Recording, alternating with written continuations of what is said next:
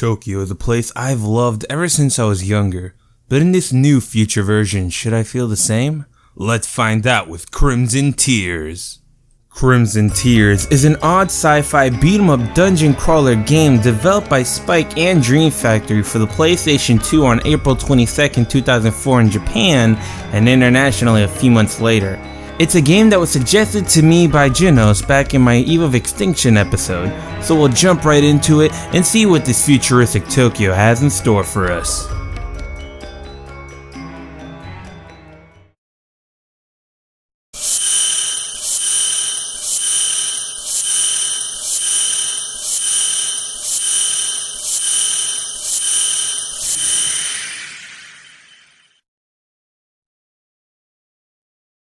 In Crimson Tears, you play as one of the three main characters known as Katie, Tokyo, and Amber, who are bioengineered weapons developed by a company named Arma. Amber breaks into Arma to free her friends and escape. They are guided by a voice in their minds known as Lana as they go in search to rescue Abel and Dr. Kosugi. What will they discover as they traverse the depths of the city? That'll be for you to find out. So with the synopsis covered, how about we delve into the graphics of the game and see what kind of visual experience Crimson Tears has in store for us. Crimson Tears sports a cel-shaded art style that was never really appealing for me back in those days, but I've grown to enjoy it nowadays as a charming style of 3D art. I love the designs for the main characters and the enemies and bosses as well. The areas you traverse in this game seem pretty bleak and give me a post-apocalyptic feel when exploring, but it fits with the theme the game brings on the table, and it's something that doesn't take away from the enjoyment of this game for me. I also think the graphics for cutscenes are really well done and are pretty smooth back in those times. Crimson Tears has a nice visual style to it, so hopefully the audio can keep up.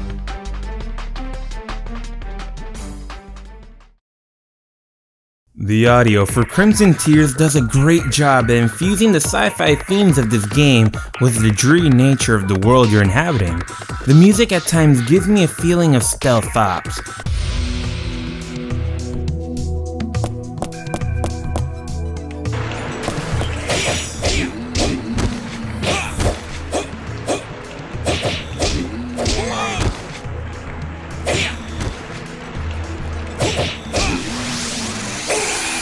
While other tracks can give me a more pressing tune to convey the pressure to advance the levels and complete my mission.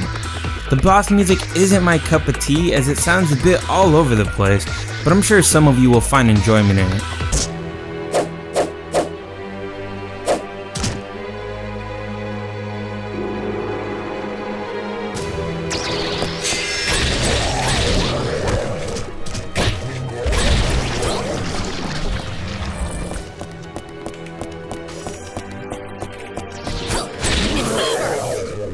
Crimson Tears also sports some decent voice acting in my honest opinion. Every character conveys emotion well and delivers their lines with purpose. Amber, Tokyo, Katie, did you manage to escape? Lana! That's Lana's voice! Amber, Tokyo, Katie, we all made it out okay. Lana, where are you? I'm okay. No matter where I am, my thoughts will always reach you. I think it's safe to say Crimson Tears has a solid visual and audio experience, so let's see if the gameplay will bring it home for the complete package.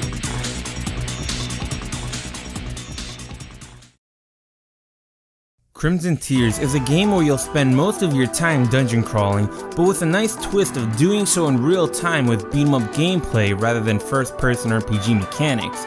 Before you delve into this, you'll take your pick of three main protagonists and explore the shops to buy items and weapons to help you along your journey. As you go through the dungeons, you'll be on the lookout for teleporters to advance through the next floor of the dungeon until you reach the boss to defeat it and complete the mission. Be careful though, as along the way you'll encounter some traps that won't make it easy for you, such as poison and robots that try to stun you. You also have to take note that dungeons in the game are randomly generated as to make each dungeon trip a bit different than before.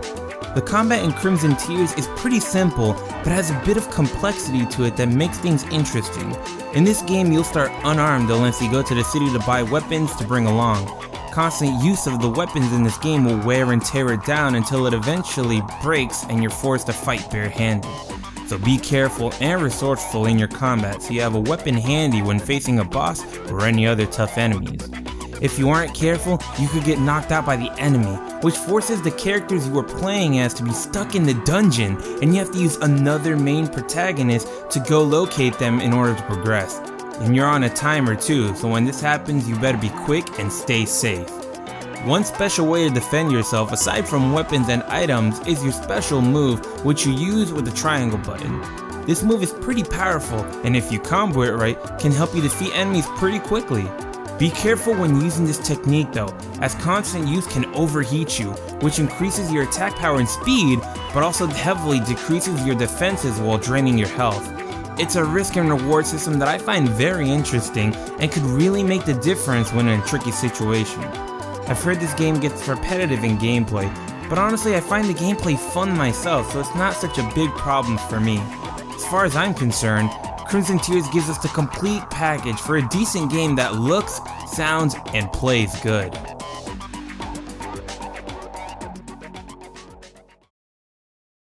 Crimson Tears is a pretty dope beat-em-up dungeon crawler that really sold me on its unique combat system and theme of the story.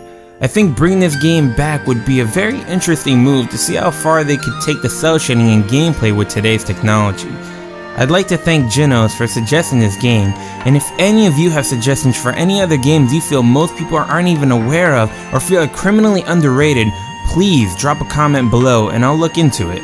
Drop a like if you enjoyed the video, subscribe for more UnderRadar, and share this video around if you think we need more UnderRadar in the world.